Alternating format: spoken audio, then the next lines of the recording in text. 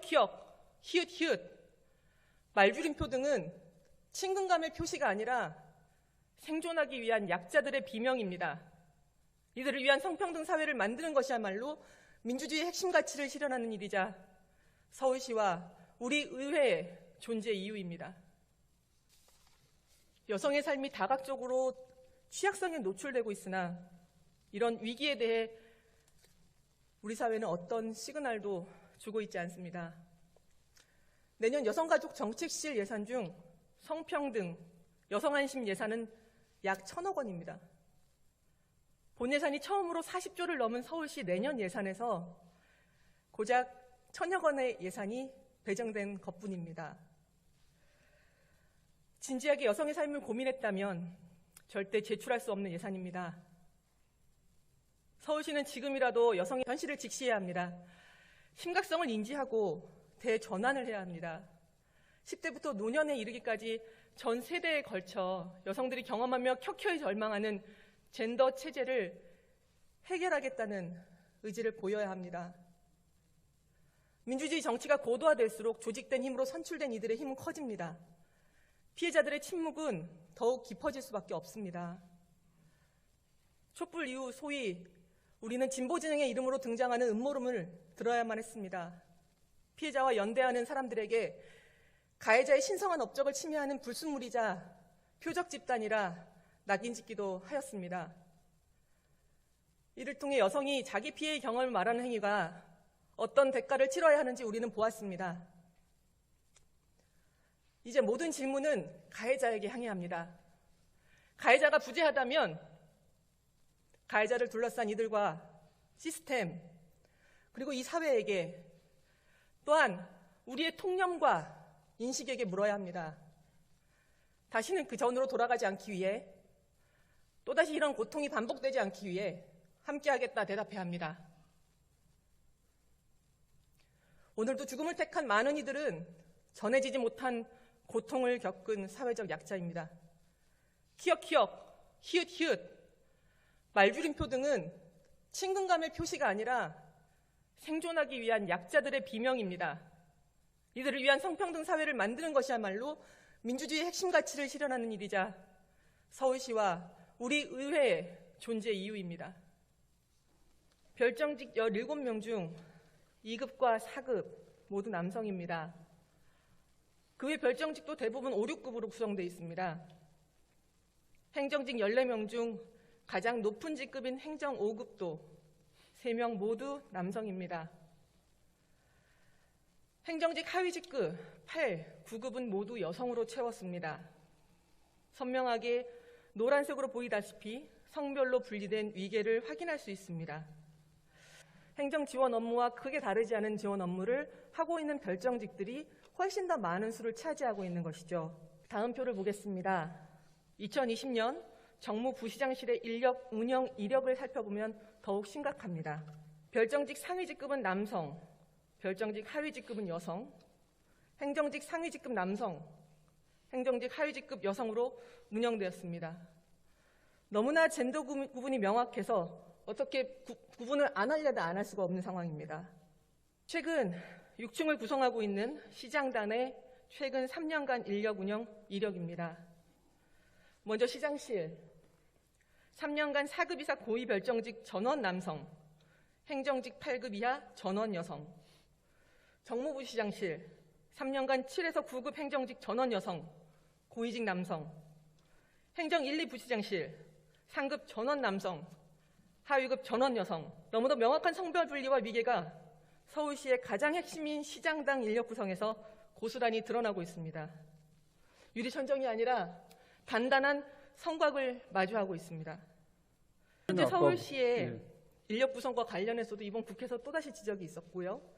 여성들의 비율이 하위 직급에 몰려 있고 전체적인 구성에서도 여성들의 임금 편차도 대단히 심각하다라는 것들을 확인할 수 있었습니다. 그런데 그 서울시를 운영하는 시장단의 결과는 그것보다도 더 처참한 결과를 보여주고 있는 것이죠. 시장님의 사람들로 꽉 찬 곳, 고위 직급의 남성연대가 공고하게 들어찬 공간에서 하위 직급의 여성이 성폭력 피해가 발생했을 때 용기를 내서 문제 제기를 할 수 있는 구조로 보이십니까? 네. 뭐 다른 사무실보다 좀 어려울 수도 있다는 생각합니다. 조금 어려운 게 아니라 예. 할 수 없어 보입니다. 지금도 위력에 눌려 자신의 피해를 드러내지 못하는 공무원이 없는지 확인하고 종합대책이 반드시 마련되어야 될 것입니다. 구체적인 계획을 수립하고 보고해 주시기를 부탁드립니다. 지방공무원 직군, 직렬, 직류에 비서직은 없습니다. 그러나 필요에 의해 비서 업무를 담당하는 인력을 선발해 왔죠. 네, 그렇습니다. 시장 비서실의 비서 선발의 기준과 절차는 무엇입니까? 통상 이제 자리가 비게 되면은 인사과에서 추천을 받고 공식적인 기준과 절차가 없는 서울시는 인사과 팀장과 과장이 후보를 추천하고 그리고 비서실장이 최종 책임을 지는 구조였습니다. 권한대행께서도 2015년에서 16년까지 채용 책임자로 일하셨었죠. 네, 그렇습니다. 네. 그때는 아니지만 피해 공무원은 비서직을 지원한 적도 없었는데 이 사람을 선발한 기준은 무엇입니까? 지금 여기서 뭐 말씀드리면 또 2차 가해가 되지 않을까 좀 우려는 되는데요. 답변을 드릴까요? 2차 가해가 될 내용을 확대하시고 말씀해 주십시오. 제가 비서실장으로 근무했던 기간이 있기 때문에 그 기간이 그렇습니까? 답변을 드리게 되면 조금 곤란한 말씀입니다. 선발할 기준이 공식적으로 없고 개인적인 것입니까? 아닙니다. 그 비서실 기준은 통상 뭐 비서실 근무하는 일 자체가 전화 받고서 오는 손님 응대하고 이런 거기 때문에 기본적인 조직에 대한 이해, 그다음 태도 뭐 이런 것들을 많이 보고요 뽑습니다. 어떤 기준이나 선발 조건이 없이 그냥 개인적인 아니면 조직에서 뭐 활용하기 좋은 어찌 보면 젊은 결국 여성 비서는 젊고 예쁜 사람이어야 한다는 잘못된 선입견에 근거한 선발로밖에 저는 볼 수 없다 말씀드릴 수 있을 것 같습니다. 왜 성평등 채용은 이루어지지 않고 있는지 묻고 반드시 바꿔야 하는 구태한 조직 문화라고 생각합니다. 맞습니까? 비서실에 전체로 보셨지만은 일반 사무실은 많이 변했습니다만 그래도 비서실은 어떤 성 역할이라 그래야 되나 이런 것들이 조금 잔존하고 있고 이런 부분이 좀 개선돼야 될 점이라고 생각을 하고 있습니다. 아까 답변에서도 주셨다시피 비서에 대해서 말씀해 주셨습니다. 네. 그러면 비서 역할과 직무에 관한 구체적인 매뉴얼이 존재합니까? 공식 매뉴얼은 없었고요. 그 개인 간에 그 인수인계하는 그런 뭐 서로 간에 그러니까 사적으로 있는 매뉴얼은 존재하는 걸로 이번에 알았고요. 공식으로는 없습니다. 예. 2018년 인사혁신처는 비서직의 전문성을 담아 비서 업무 매뉴얼을 제작 배포하였습니다. 이곳에서 비서는 숙달된 사무기술을 보유하고 직접적인 감독 없이도 책임을 수행할 능력을 발휘하며 솔선수범의 자세와 분별력을 갖고 주어진 권한 내에서 의사결정을 내리는 간부적 보좌인이다. 이렇게 규정하고 있습니다. 그러나 서울시는 속옷을 포함한 세탁물 맡기기, 명절 음식 시장 보기, 취향에 맞는 아침 식사, 식후 차 챙기기, 가족, 본인 또는 의료진이 해야 할 혈압 체크까지 비서실 여성 직원에게 요구했습니다. 이는 명백히 사적 노무 요구를 금지하는 공무원 행동 강령에도 어긋나는 것입니다. 권한대행께서 이번 국정감사에 답변을 하시면서 공적 업무와 사적 수발의 구분은 상식적으로 판단할 수 있다 말씀하셨습니다. 맞습니까? 다른 이의 상황에 무지할 수 있는 권력을 가진 이의 상식은 절대 상식이 아닙니다. 사적 수발이 상식으로 포장되는 곳에서 성차별적 업무 환경은 더욱 공고해집니다. 언론 보도에도 나왔지만 피해자는 시장의 신분증을 가지고 병원에 가서 수차례 대리처방을 받기도 했습니다. 의료법상 불법 행위임에도 명확한 지시에도 피해자는 저항할 수 있는 어떠한 도구도 없었습니다. 감히 상상조차 하지 못했습니다. 업무 거부는커녕 인사이동조차 어려움을 겪었습니다.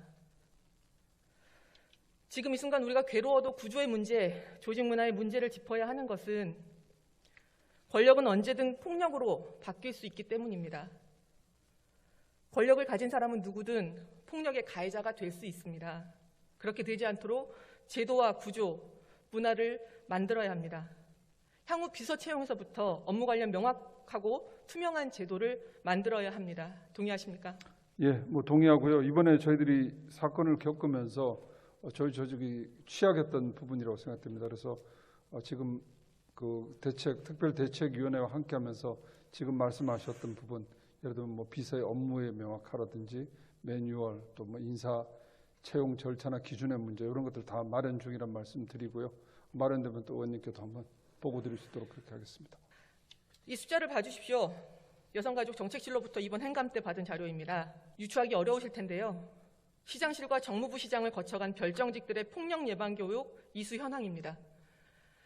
2018년 시장실 25명 중 0명, 정무부시장실 17명 중 0명, 2019년 21명 중 2명, 17명 중 2명입니다. 2020년에 갑자기 늘었습니다. 4월 시장 비서실 직원의 성폭력 가해 사실을 인지하자 4월 29일과 5월 6일에 부랴부랴 교육을 이수한 것입니다. 이날은 서울시의 공식적인 집합교육도 없었습니다. 그러나 같은 날 집단적으로 이수한 것으로 보고되었습니다. 성폭력 사건에서 가해자들은 무엇이 잘못인지 모르지 않습니다. 그렇게 해도 되는 사람인지를 정확하게 알고 가해를 하는 것입니다. 무엇이 문제가 될지 알지만 감히 말하지 못할 사람이라 판단하고 폭력을 가하는 것입니다. 예뻐서, 치마를 입어서, 술을 먹어서, 친해서가 아니라 그래도 저항하지 못할 것이라 생각하기 때문에 성폭력은 발생하는 것입니다. 그 어디에도 그래도 되는 사람은 없습니다. 서울시는 피해자에게 말해야 합니다. 우리가 당신을 지켜주지 못했다고 사과해야 합니다. 피해에 귀 기울이지 않았다고 고백해야 합니다. 다시는 또 다른 피해자를 만들지 않겠다 약속해야 합니다. 권한대행님, 네. 저는 지금 이 자리에서 요구하겠습니다. 피해자에 대한 공식적인 사과와 앞으로의 계획을 말씀 부탁드립니다.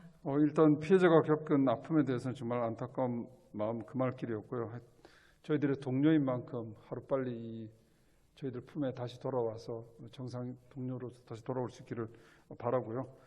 대책은 저희들이 그 전체적으로 조직을 한번 재점검하는 그런 계기로 삼았습니다. 그래서 성희롱 성폭력 특별대책위원회를 만들어서 지금 인권위원회 조사하는 별개로 저희들이 위원회를 운영하고 있고요. 거기서 예를 든다면 이제 지금 성희롱 성폭력 사건이 발생했을 때 여러 가지 처리 절차라든지 또 전반적인 조직 문화, 그다음에 이제 교육 문제, 또 예방 그런 여러 조치들 문제들 포함해서 더 구체적으로는 아까 비서실의 조직 구성이라든지 뭐 역할 같은 것까지 다 포함해서 지금 대책을 만들고 있고요. 이 대책이 만들어지는 대로 저희 조직 내부에 바로 시행이 될 수 있도록 그렇게 준비를 하겠습니다. 그리고 계속 이런 조직 문화는 개선해 나갈 수 있도록 노력하겠습니다.